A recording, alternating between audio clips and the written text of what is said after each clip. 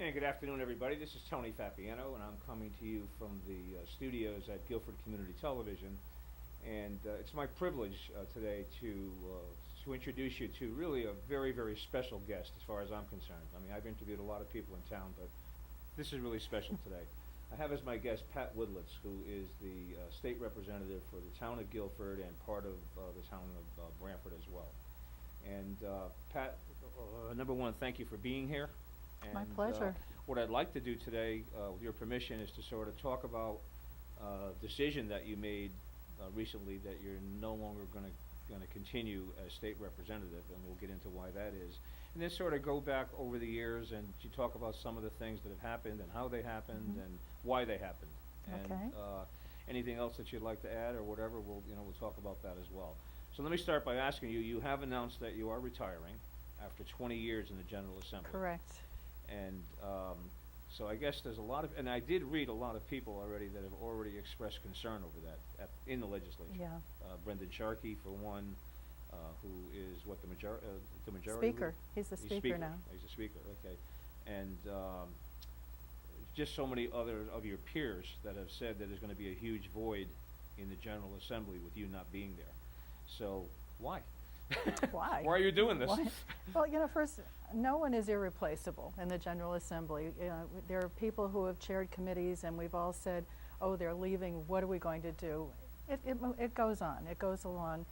I've been there for 20 years. I never expected to be there that long. I thought I'd run for 2 or 3 terms, but you get pulled into the issues, and it's a fascinating experience because it's different every day, different people, different issues.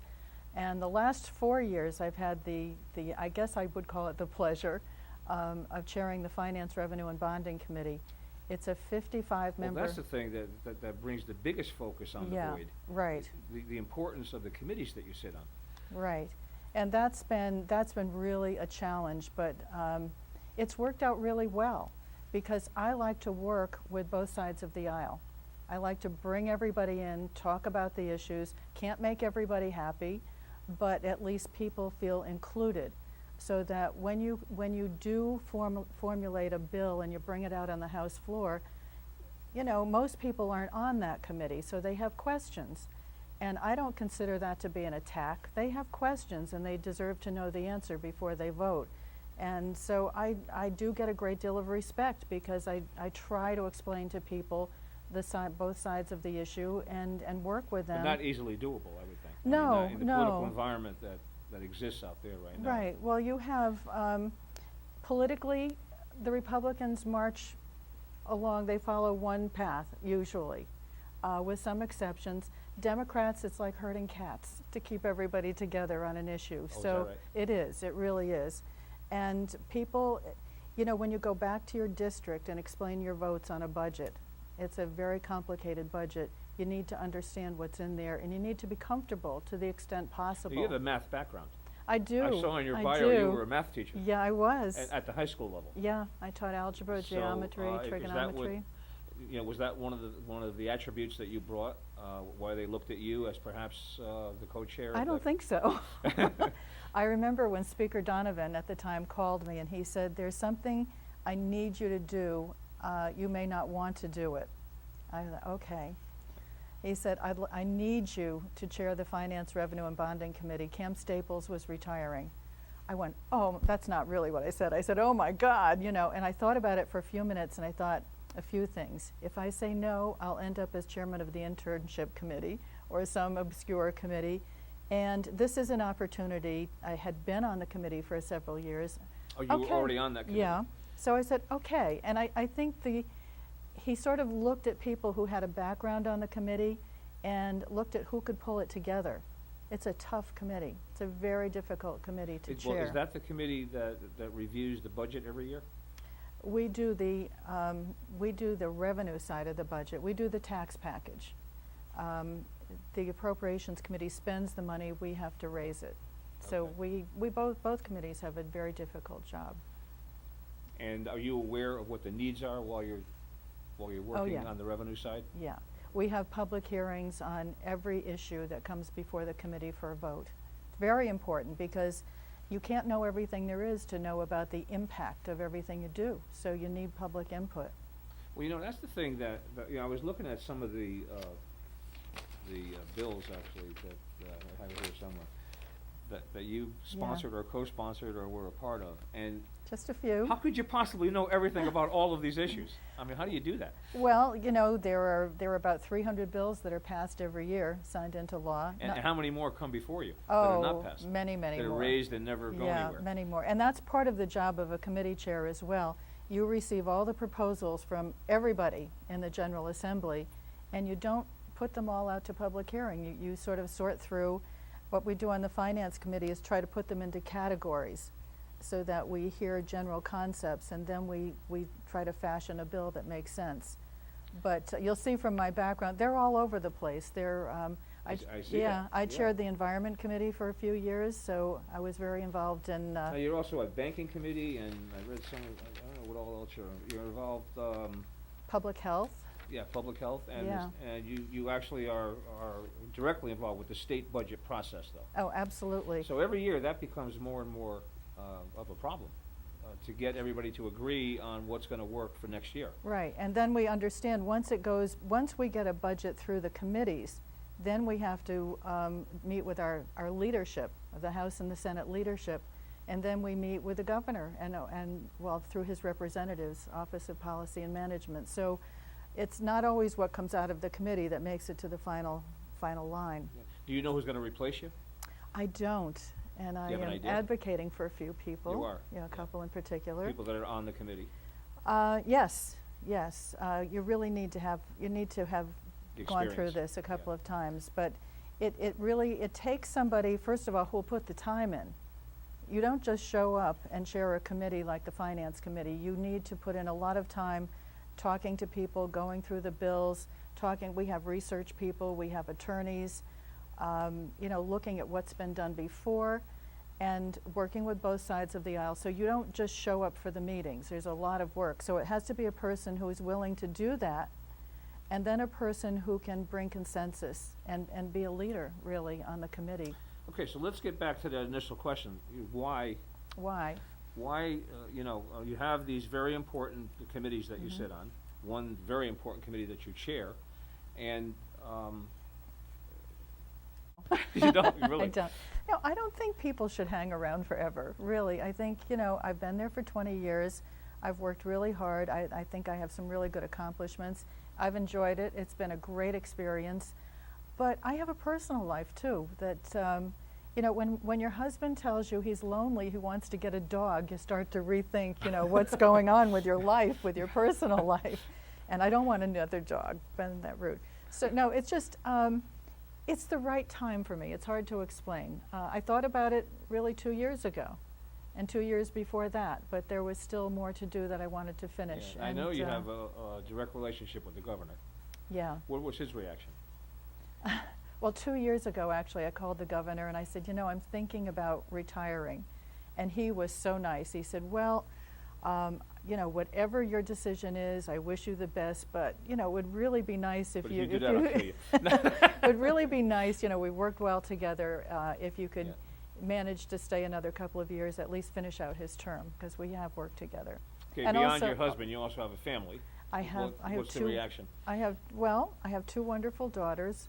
One lives in London now, so I'm looking forward to spending some time there. Some traveling, yeah. And my other daughter and her husband live in New York, and I have a little granddaughter, 9 months old. That's a So- life changer right there. Yeah, so, you know, there were, and plus, I have a lot of interests in some organizations that are doing some environmental work along the shoreline. I've been working on legislation to address the impacts of climate change. So there are a lot of things that I can do. I don't expect to be bored, not a minute. Okay, now, do you think that you will stay involved in some capacity as a public servant? Do you think you I would don't go back know. to town? Because I'm going to talk about that in a second, how you Yeah. actually started out in politics. I don't think so. I don't think so. Would you ever consider doing that again? Well, Board of you never Finance, know. Board of Education, I Board of would never Selectmen? say absolutely not, you know. Yeah. We'll see. I need a little time to settle. I Because, think. you know, I mean, not only, are you important on the committees that we're talking about right now, but there's so many local organizations that were dependent on you to advocate for them for bonding or funding or Right. some consideration from the state of Connecticut at that level. You're not going to be there anymore. So I know, for example, that you were very important to Roses for Autism, as an example. Yeah. And Connecticut Hospice was another one. And the VFW now, I think, was the latest one. Yeah, I'm Do you- so proud of do that you want one. to talk about those? Well, you know. Now, you're not going to be there to do that anymore. No, no, but I do still know people there. I have friends there, and I think there's a way outside of the legislature to still advocate for things that you care about. And there's some good people there who listen. And, it won't be the same. It won't be the same. Obviously, be. I'm in a powerful position I mean, now. whoever I have some replaces you is going clout. to take, they could be the greatest people in the world, but they're not going to be you right away. Right. It's going to take a while for them to work their way in and have the respect that you had up there. Yeah. So, And Senator Meyer's leaving at the same time, so that leaves, a big change for the district. well, I mentioned to you this, once before. What I liked about you, we're not necessarily on the page, on the same page on every issue, but what I liked about you is you were always upfront. You were always, willing to be honest and tell people exactly how you felt about something. I remember one time, as a realtor, we have Yeah. realtors at the Capitol every year, and you walked into the room of 200 realtors. Tough bunch. They're all crazy people, and you came, we said, well, what about this bill, and what about that? And you said, look, I do not agree with you on this particular bill for this reason, and these are my reasons, and to stand in front of that group and to be that honest is not easy. Most political people or most elected officials would sort of dance around that. I don't have all the information yet, or, you didn't do that. Well, it's easier to do it that way. It's much easier to let people know how you really Yeah. feel, and then you're not playing games. I don't like to But play I games. do remember that time when you walked in Yeah. and did that, and And you said, "Oh my God, that's my state representative." I think I was one of the moderators that day too. So, all right. Well, that's great. Let's go back to the very beginning, Pat. You're talking 20 years at the state level. Right. But prior to that, you also were a public servant, an elected official in the town of Guilford for a number of years. What did you do, and for how long?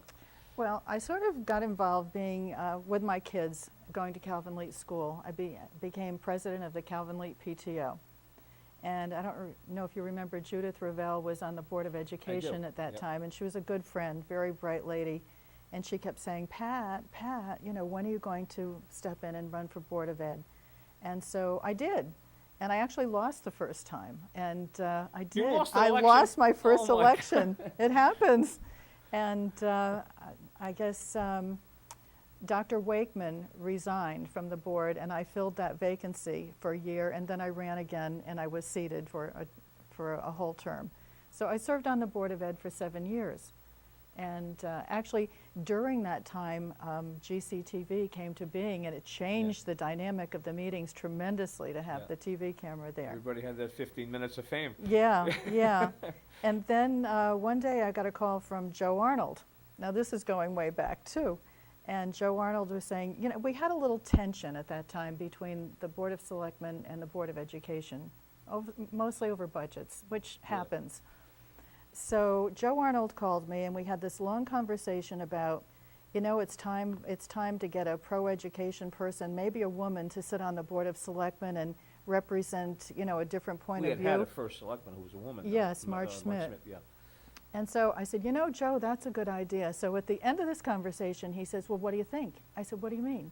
He said, well, will you do it? I said, you're talking about me? He said, yes. So I thought about it, and I said, okay. I ran, and I won by 27 votes. I was seated. And I said to my kids, they were both in college, I said, if you don't get those absentee ballots back, don't come home for Thanksgiving dinner. And when they realized how narrow that margin was, they couldn't believe it. And then, because people looked at women then, especially having been on the Board of Education, that was fine for a teacher, a former teacher. Could you run the town? And it was only a 3-person board. Right. So Who was first selectman? it was Frank Larkins, Oh. and Bud Mathias was on the board. Yeah. So we were good together. We did very well together. And They were both Republican. Yeah, And you were I was the Dem- minority Yeah, yeah. representation. Yeah, and in those days, we actually had contentious budgets. Oh, I remember yeah. one, you know, took several times. Right. You know, a few times back then to get it approved, so. Right. Yeah, and there was tension though between the two boards. you There said. there Yeah. was a significant tension. We don't have that now. We really No. don't. I don't get the sense that one board is, or that the Board of Selectmen is trying to hold back the Board of Education because of the budget. That's not happening now. We did away with that a long time ago. Well, I think in the environment we're in now in this town, I think, you know, the demographics of the town are really pro-education. Yeah. In general, and generally speaking. So for anybody to be anti-education on anything at the Board of Selectmen level is almost political suicide. And I shouldn't malign them. I shouldn't say they were anti-education. They weren't, but they were very conservative. And as I said, there was some tension on the budget. You know, And the town was changing in those days. it was. You're talking now going back 27 years ago, or Yeah. whatever it was, and you know, the Yeah. population was changing, the town was exploding as far as growth. There was a lot of growth that took place in the 70s, 80s, into the 90s, so, Right. yeah. Well, that's interesting. So Joe Arnold approached He you did and you it. said, all right, I'll do it. He did it. And you did it. I did it. But it's interesting that you won, that you were defeated in your first election, Yeah. and you won that other election by such a slim margin, because over the years that you ran, 10 times, I think? Yeah. Most of those times you ran unopposed. Well, I think when I first ran for the Board of Education, I was living in the Calvin Leet district. I only knew people in that district. So most people in town really didn't know me. And then, you know, it was a different step going from Board of Ed to Board of Selectmen. And the Republican votes were, what happened actually, there was an incumbent selectman, a Democrat. And so he ran for first selectman, I ran with him, and I got more votes than he did. So that's why it was the slim majority. Because usually the first selectman candidate gets more votes, but, oh well. Well, that worked out. All right, Yeah. so now you're on the map. Now I'm on the map, Now and I you know have a people know chance you to, and they I have know a about chance you. to deal with the whole town, and people, especially women, sought me out. They would call me to ask me questions where they were sometimes uncomfortable calling the two men on the Board of Selectmen, which wouldn't happen, I don't think, anymore. But it was a transition time then. Right. But now, serving locally is one thing. Moving up from Board of Selectmen to state representative Right. is something else.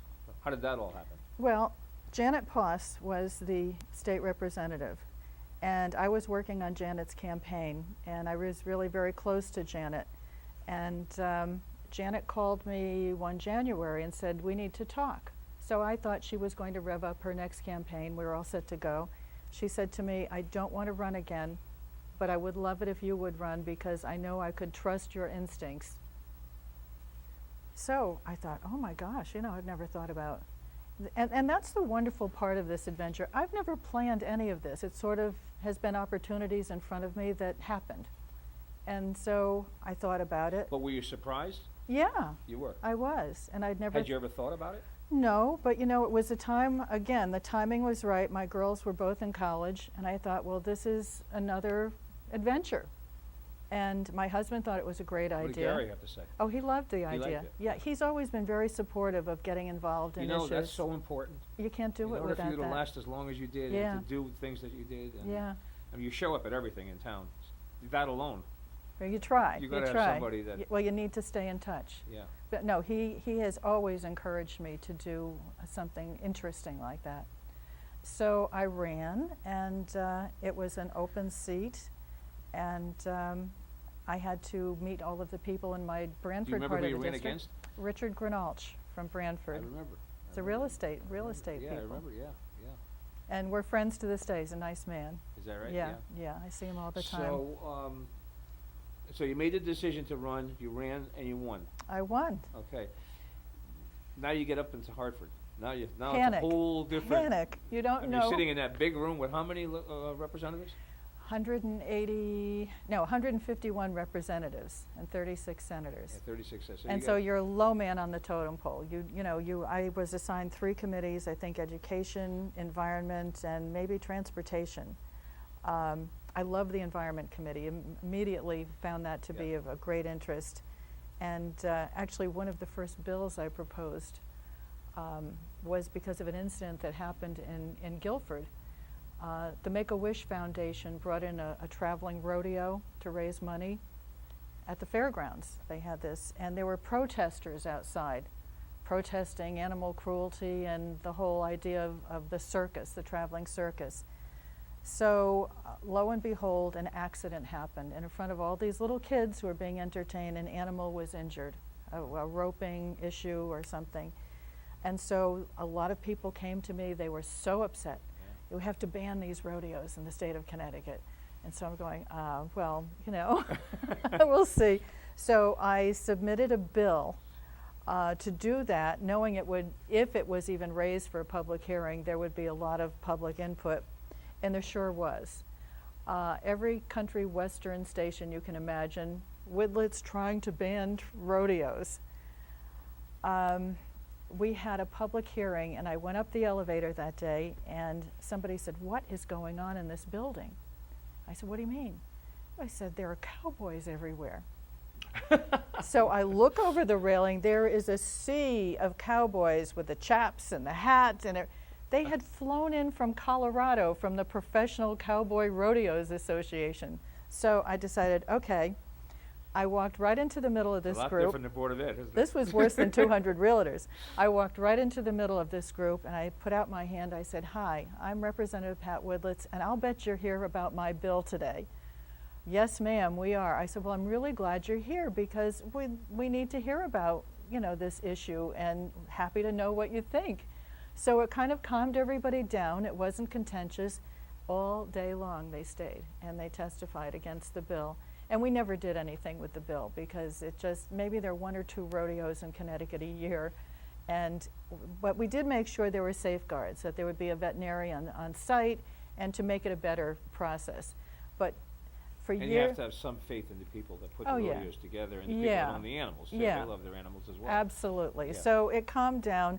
But for years after that, every time I went to a national conference where all these organizations would have booths, "Representative Widlets, nice to see you," and they never forgot me. It was Yeah. like, so that was not my finest moment, but a memorable in a way one. it was, though, because it sort of set the tone for who you are. Yeah, And you saw that worked, and I'm sure that there's probably other stories that you can tell me right. related to the same type of, let's get to it, let's Yeah, talk about it. yeah. Let's air it out. And I think that's so important today because so much discussion takes place over here and over here, but not necessarily together. Right, right. And there's no reason to have it hit like this. I mean, you go, you extend your hand, you offer to speak and come to a consensus. Maybe you can't, but at least you share opinions. Now, as you were moving through your experience from term to term to term, you served 10 terms. Yeah. As you were moving through that, did you ever have aspirations beyond being the representative? I didn't. I really liked the policy. There were several times, actually I was taken to lunch by a former speaker, and I was asked to consider running for speaker when she left. Actually, it was Moira Lyons, you may remember her. I thought I was being invited to lunch, and a few people, the conversation came around to, would you think about running for speaker? We'll help you, we'll start to groom you now. And I said, you know what, it's not what I want out of this. I like the policy, I like the committee work. I had hopes of being a committee chair. I never wanted to be a speaker or a majority leader. And even this last term, people came to me and said, "Gee, would you please run for majority leader? You could pull people together, make a difference." It's not, it's being responsible for the whole caucus. Some people love that, I don't. I'm a policy person. So you never thought of anything more? What No. about state senate? Oh, God, no. Yeah. No. The Senate's a different place. There are 36 people. There's not the camaraderie you get in the House. Yeah. I don't think you get it's very different, very different. Well, I'm thinking I had more than one conversation with an associate of yours, Marty Ford. Yeah, And he was very bold to say, that woman's going to be governor someday. Oh, I know. She's going to be governor someday. know. I'm sure not the only person he said that to. Yeah, And yeah. did you ever think of that? No, I didn't. When he said that, what did you say? I said, okay, Marty, keep taking your vitamins. And He's a great guy. I loved him. Yeah, I loved him. he's a great guy. He's a great guy. He was a character. He was. Oh, yeah. Yeah. Yeah. Yeah. So now, 10 terms have gone by, and a couple of years ago, like you said, you called the governor and said you're thinking of retiring. Why did you feel necessary to talk to him? Well, because it was the middle of his term. It was his first term. The governor needs to have people in place who will talk to him, who will work with him, not necessarily agree with him all the time. And when the governor puts his budget on the table, he needs leadership to carry that budget across the line. So, What if you didn't agree with the governor? well, there are What would you do? few times I haven't, and I've told him so. And we have that kind of relationship. There, I wouldn't go into detail right now about what I disagreed with, but there were a couple of things that he proposed in his budgets. He puts a budget on the table, and that's where you start. And then the Appropriations Committee picks apart their side, we pick apart our side, and we have public hearings. We being the revenue side. Right. Yeah. And, there are differences of opinion. And my co-chair, Senator Fonfara, and I went in to see the governor and said, there are a few things here that we just don't support. And I'd like to hear why you think this is a good idea. And he's very personable. He was happy for us to do that. We talked. He brought us around to his way of thinking on one issue. We went on other issues. And then, because the governor has to understand, even if it's a governor of your own party, you have to have the support of the caucus in the committee. They have to go home and defend this budget. And they have a they're stake into job in this. preservation too, right? Sure. They want to get reelected. Sure. Yeah. So, and also my co-chair at the time, Eileen Daly, was retiring. So if I left at the same time, it would be two new co-chairs. We have a Senate chair and a House chair. And I thought, Eileen was a shoreline person too, right? yeah, Westbrook. Westbrook, Yeah. great yeah. lady.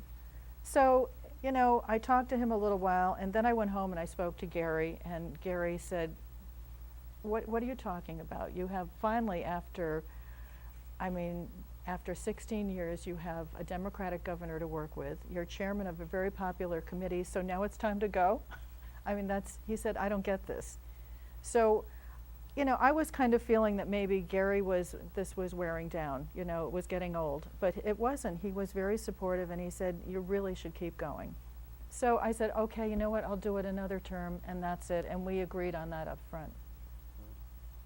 So you have to pick your time, Tony. You have to pick the time that's right for you. It's just, it's the right time. It's hard to explain, but a lot goes into that decision. Well, I'm sure. I'm Yeah. sure. You're giving up, the majority of your adult life now. Yeah. Well, I'm getting it back, actually. You've mentioned environmental and environment a couple of times in our Yeah. conversation so far. So I know you're pro-environment, and but at the same time, as chairman of the committee that you are, you have to also understand that revenue is important and business is important. Yeah. So now you have a balancing act. You have environment over here, and you have maybe economic development over here, and somehow you have to find that common ground. Very hard, very hard. I'll tell you, the legislation I am the most proud of is the electronics recycling legislation. Which is what? It required anybody who sells televisions, computers in the state of Connecticut to register with the state, and they have to be responsible for the end of life of their products. So like now you can take your old TV, your old computer, you can drop it off at the transfer station at no cost to the town. Does that get disassembled, recycled, and most important, it gets done in a way that's environmentally safe. We had companies just shipping out these things to third world countries, and little kids were taking them apart and being exposed to mercury and cadmium. Right. That's awful. Trying to recover the silver out of the computers. Yeah, with no protection, nothing. So, Yeah, I remember a segment on 60 Minutes where they showed Awful, mountains of yeah. old computers and TVs. And these little whatever, kids yeah. walking through it, being Yeah. exposed to all kinds of dangerous chemicals. And so those recycling companies have a standard to meet now in Connecticut. And I'll tell you, we have been trying to get this passed nationally for years. You can't do it. The lobbying of the industry is so strong, you just can't get But it in done. Connecticut? In Connecticut and many other states. And that's what happens, the states kind of lead. The European Union did this years ago. They have standards. And so the products that didn't meet those standards got dumped into the United States. And then we did it with mattresses and paint. And, but the first one was tough because I had worked with the Council of State Governments on this policy. It wasn't just something that Connecticut was doing. There were about 8 states working on it at once. So we had the research, we had the information, and we had the support. So I was in charge of negotiating this, and I was no longer chair of the committee at that time, so I had all the time to do this. And the industry, the lobbyists said, oh, she's not going to get this done, not going to happen. And then they started to get worried. And then toward the end of that session, they all came to the table because they could see that I was making progress. And we sat until 11 o'clock some nights, 11, 12 o'clock, with people from Apple, from HP, from all of these different manufacturers and their representatives, and we duked it out. And they saw that we were going to have a bill. So when they What saw was their concern? Why would they be opposed to? oh, they didn't want any regulation. It would cost them Nothing at money. all. It would cost them money, you know. And the result of it, Apple was really a stellar company because Apple was already building their products so they could be easily disassembled, and they were an environmentally progressive company. So Apple was with us. And so That you helps. could see the it helped. Yeah. You could see the handwriting on these other companies realized she's going to get this done. This is going to happen. So we better be at the table and protect our interests and have input so it's a better bill. And we did it. So obviously you're very proud of that. And I you're am. happy I am. that you did what you did. What can you think of that you wish you had done that didn't go? Oh, that's a tough one. Well, That you were disappointed That I was at the way things disappointed. developed, or maybe you might have handled it perhaps a little differently than you did, and sometimes you blame yourself. You know, Yeah. I had a good idea, but I didn't sell it properly, or whatever. you know what? Nothing pops into my mind. I should have thought about that. I've been I have a list here. Do you want? You have a list. No, well, those were mostly Those the are the good- yeah, these are successful good. ones. And sometimes you sign on to something because it's a good idea, but you know it's not going anywhere. But you need to start the conversation. The other ones that I really worked hard on were the climate change bills. Yeah, tell me about this. Well, we had a fabulous. First of all, the whole concept of climate change is not necessarily universally accepted, Correct. right? So why is that? That's a good question because the evidence is there. I think the bigger discussion is what's causing it and what can we do about it. So, So what is causing it? well, climate change is a cyclical thing, for one thing. There are a lot of carbon dioxide emissions going into the atmosphere that scientists feel is creating global warming to an extent or escalating global warming. And you have strong opinions on both sides. But what we focused on doing, and we had a fabulous leader. We had Gina McCarthy was our commissioner of DEP. She is now the head administrator at EPA in charge of climate change. Brilliant woman. She came to us from Massachusetts.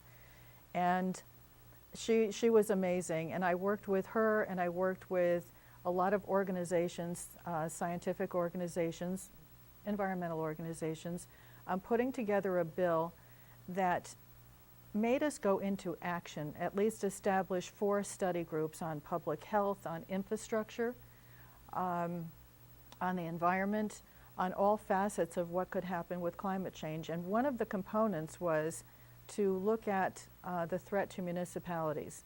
Now for the shoreline here, that's a serious concern, and you can see What it. type of threat?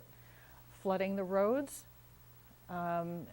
damaging the Damage the salt infrastructure, marshes, yeah. mostly flooding, and we have different breeds of mosquitoes coming in that we didn't have years ago as things move up, and the effect of lobsters in Long Island Sound. The water's getting warmer, and you can try to blame it on pesticide use or whatever. It may be a factor, Which but the lobster community yeah. Does. Yes, they Yeah. do, but And they had a the fact, class action yeah, suit, I think. they right? did. Yeah. But the fact is, the water is getting warmer, and lobsters don't do well in the warmer water. It makes them more vulnerable to parasites and disease. So there are impacts, and those working groups went into Well, effect. Playing devil's advocate, some people might say it was a knee-jerk reaction to Sandy and Irene, and this has all become so important and so topical and so important right now because of storms that we went through. No, actually, this happened before Sandy and Irene, and so actually that has made the case for the impacts of these severe storms, and we even forget the storms. We see flooding over 146 all over the place. Yeah, you sure. know, every month we see it. Now, but one of the byproducts of this, or negative, if you will, is that the cost of flood insurance Yeah, is also related to this, because the philosophical direction is that it's going to get worse, and if it's going to get worse, flood insurance has to cover people that live on the shoreline. right. And that impacts a lot of things. I mean, you talk about the ripple effect of that. You know, as a realtor, I know we always talk about the fact that if flood insurance gets too expensive, it's going to be difficult to sell a waterfront property. Yeah, If it's difficult to sell a waterfront property, the reaction to that is that values are going to go down. your grand list goes down. The grand list goes down, tax revenue to the municipality Right, your goes mill down. rate goes up. So it's all, you know, this is Right. going to affect that, which is going to affect this, and back to that again. So, how do we deal, I mean, how do we find the, Well, that's largely a federal issue. you can't leave. I can't leave. Well, maybe I should go fix it somewhere. No, that's largely a federal issue too. And, you know, you wonder, let's ask the question while we're talking about flood insurance, how many times should you be allowed to rebuild the same house in the same place when it's going The to same happen way. over and Yeah, over and right. over? I mean, there's a reasonable discussion that has to be asked here. Yeah. And I think traditionally the premiums were kept so low that And they're not, subsidized. yeah, and subsidized, Yeah. that they're not realistic. But there have to be better decisions made on land use, and that's part of the discussion about how do you plan land use as the waters do rise. You look at Mulberry Point, Tuttle's Point, there's salt water intruding into the wells. You know, it's corroding their water heaters. They have to replace appliances all the time, and the question then becomes about bringing in public water, and you know that's a great expense, which we're Huge. working on, by the way. That's been So- a discussion now for a few years in Yeah, a few of those Yeah, neighborhoods, yeah. but it's a real issue. It's not a contrived issue. It's real, and it's a big problem for a lot of people. Okay, well, again, the balancing act that I referred to, you know, you're on a committee that looks at revenue, Right, and revenue and business don't necessarily 100% of the time mesh with environmentalists. well, there's an issue about regulation and what is the appropriate amount of regulation, what is over-regulation. And Connecticut's an expensive state to do business in. Absolutely, And, but what we're doing now in the Finance Committee, and this was sort of my last big push on the committee, we are establishing a task force to look at Connecticut's tax structure. Because what I found being chair for the last 4 years, people would introduce bills tweaking. Excuse me one second. Sure. They're going to tell us that we're how long into this? 40 minutes. 30 minutes? 40. 40, okay. Wow, we We're going to talk- go an hour. But Donald, be ready for us for an hour. Let us know about 10 minutes, all right? Okay. So Go ahead. what I Sorry. found, every legislative session, there were all kinds of bills, whether it's tweaking the conveyance tax or tweaking a business tax, the estate tax, and You know, as a member of the Realtors Legislative Committee, Yes. conveyance tax. I know, I thought I'd throw that in for you. Did you have So- to do that? Go ahead. So, you know, you can't just keep tweaking things, because every time you push here, it bulges over there. And the property tax is becoming really unbearable in the state of Connecticut. It's, I think, overly burdensome. It has nothing to do with one's ability to pay.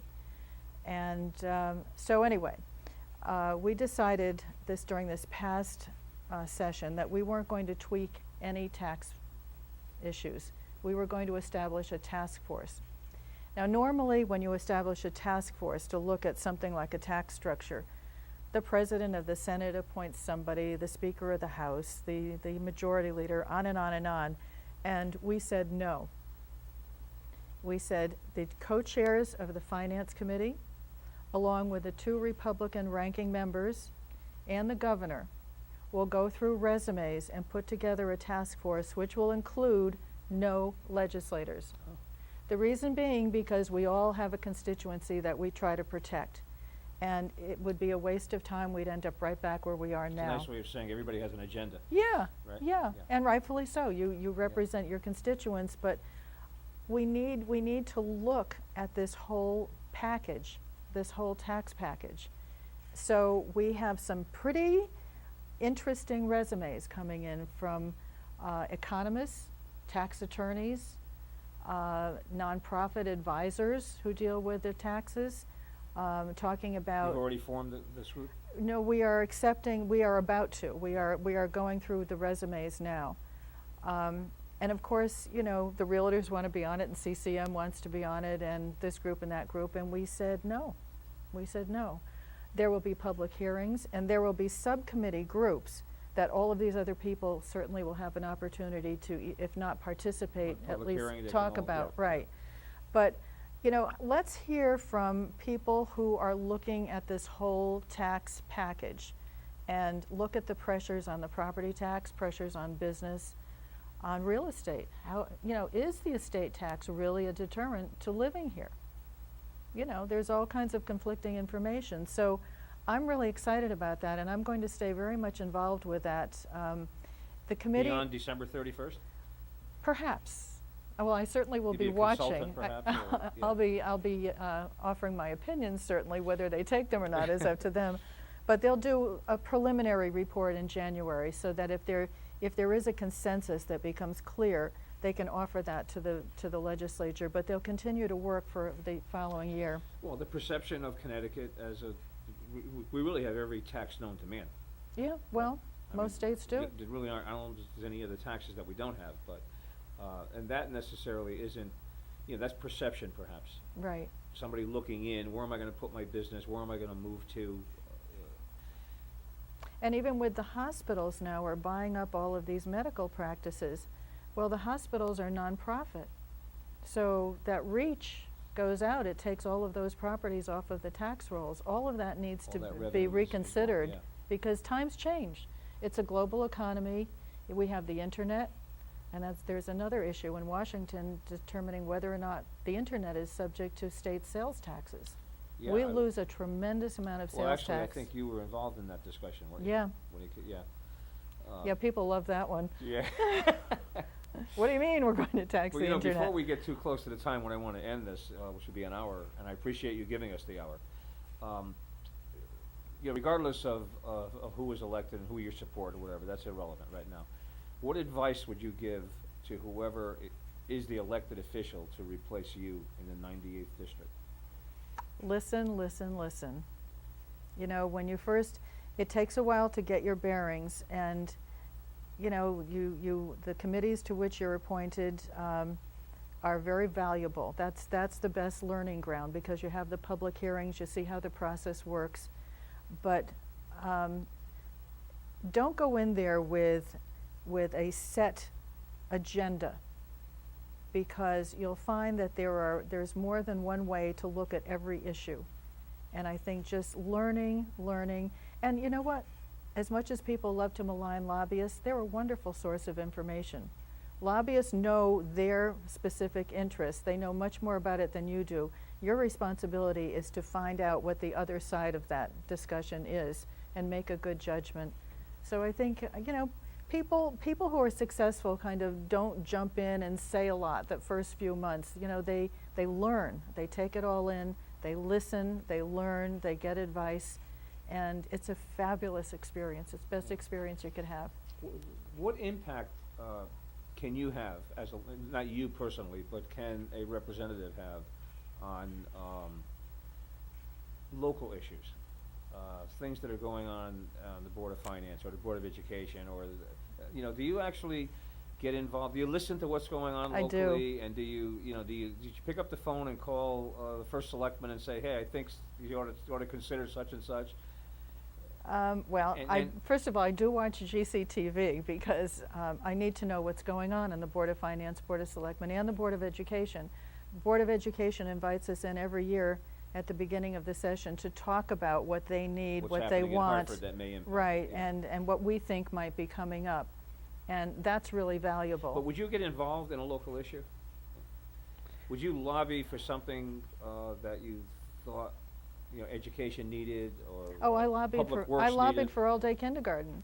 I think we should have had that years ago. I think it's absolutely a disgrace that Guilford hasn't had that for many, many years. So yeah, something like that I feel strongly about, I would. I tried to keep, the chairs of the Board of Finance aware of what was coming, what was likely to come Of course, the Board of Finance down. would say, yeah, Give but it's us an more. unfunded mandate. Right. Right? Give us more, give us more. Yeah. So, but I don't think it's, I didn't think it was my role to really get involved in the workings of those committees. If there were issues like all-day kindergarten that I felt were issues that were for the benefit of children of the town, sure.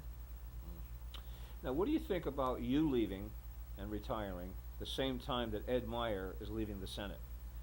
Now, Well, he we're should have we're- stayed we're longer. losing our two main representatives now up I in know, Hartford at I the same know. time. Did he know that you were retiring and vice versa? We talked about it, but we talked about it for the last 4 or 6 years, really. Or at least I talked about it. And I thought maybe Ed was thinking about it, but I wasn't sure. If he's watching, I'm going to contact him and do a program like this. Hopefully he'll agree. Good, I'm sure he So we will. can sit down where you are and we can talk Yeah. about his experiences Yeah. and so forth. But, again, from the local citizens' point of view, we're losing two important people in Hartford at the same time. Yeah, And yeah. replacing both of you with inexperience, really, at the state level. Well, we were inexperienced too when we started. Yeah. And you work hard, and if you enjoy it, you just get pulled into the issues, and people will listen. People will help them. I had wonderful mentors when I was a freshman legislator, and matter of fact, my mentor is now the Commissioner of Motor Vehicles, Melody Curry, who was my very good friend. She would pull me out of more situations where I didn't know what to do, or I voted to upset somebody that I didn't want to upset, and she would take me aside and say, now think about this, and you might do that. It's important. Mentoring is very important, and all freshman legislators have a mentor. So, and I do that. For people, especially new people. We did have a few freshmen on the Finance Committee. That's really a tough spot to land as a freshman, Apropes as well. And I would take them aside and say, think about how you want to vote on this, and what does your district think, and you don't always have to go along. You can disagree. It's okay. I read a quote recently that I think is apropos for you. T.S. Eliot said that every ending is a beginning. That's right. So. That's how I'm looking at the rest of, I'm ready for the next adventure, the next good part of my life. And you're not ruling out the possibility of it being as a public servant again. You're locally. really trying to pin me down on this, Tony. Well, I mean, let's face it. First of all, your experience would be very important, and your connections in Hartford would be pretty good for the town of Guilford. Hadn't also. thought about that. Maybe I should think about that. I mean, yeah. sometimes it's not what you know, it's who you know, and you know Yeah, everybody. It does help. It does help. And I have to say, it's been a pleasure working with Joe Mazza and Umpta Ross. I haven't worked so much with the new First Selectman of Branford because he hasn't been in that long, Jamie Cosgrove. But Unk I worked with for years, and Joe, and we were a team. We pulled together for what we could do for the town, And I always felt very comfortable with both of them. Okay, what have I not asked you or discussed with you that you would like to? I mean, I have 100 notes here, I haven't even looked at them yet, so Yeah. there's a lot more here, but, Well, you know, it sounds like a very serious job, and it is. It's a responsible job, but there are some funny times. I'd love to tell you one of the funniest times that I had at the legislature. I had a wonderful legislative aide, Vinnie Russo, who is now working for the probate court. Everybody moves around. But I think I was chairing the Environment Committee at that point, and we had been notified of a group of about 40 horses had been confiscated from a farm where they were being neglected. And someone donated $10,000, and they built a shelter for these horses at the York Correctional Prison. And I wanted to see this in the worst way. Some of the prisoners who were about to be released in a few months on good behavior had the privilege of working with these horses, and it was a wonderful therapy for them, and I wanted to see it. Well, the warden wasn't too enthused about that, so the commissioner wasn't enthused about the program, legislators or about you seeing it? about legislators coming to prison. Yeah. So the commissioner of agriculture, I'm telling tales on him now, Bruce Grezik, sneaked me in with Vinnie Russo, my aide, and we actually mingled with these guys with the horses, and they were wonderful. The horses were being nurtured back to health. The guys. So I said to the commissioner, I said, Commissioner, you know, these seem like such nice guys. And he says, Pat, the guy standing next to you disemboweled his cousin. There are no nice guys here. Oh, yeah. And then the alarms went off, and we were in lockdown. And it took us a while. So that was my memorable, you know, thing. It's just you just never know the experiences you're going to have, and it's great. It's been great. Yeah, you actually have something this year that has to do with animal, I think. I saw on here somewhere. There's a long list of, there's 25 Yeah, I'm an animal softie. bills that you introduced, and somewhere in here I saw something about animals. I'm doing a program next week with Jim Goodrich, Hmm. who owns a drone. Really? Yes, and he's very active with his drone. Now, drones are becoming controversial. Yeah, they are. And do you hear things Oh, yeah. up there where there's going to be more and more regulations and restrictions, if you will, on Well, where you can use them and when? And Yeah, we weren't really ready to do that that's this something session. about unmanned vehicles. That's not. Is that what that's about? What's that one? This is unmanned aircraft. Yeah, that's it. That's it. That's it. So we had a bill, and we realized this is new territory. We don't know enough about all of this just yet. But I had a constituent in Branford who had a problem with their next door neighbor flying a drone right around their bedroom window and looking into the windows of their house. Invasion And of the privacy. police could do nothing. They could do nothing because there was, so obviously we need to have some kind of regulation.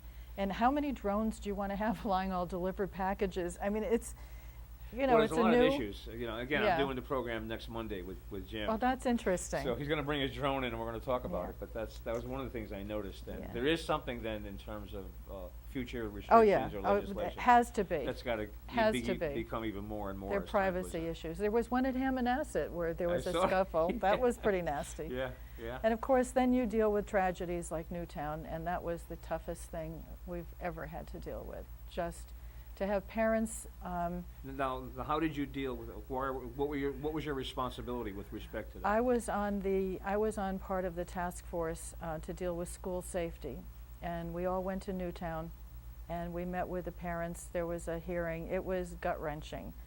And then even worse, at the end of not this past session, last year, when we had these Freedom of Information issues about photographs being Photographs, yeah. released.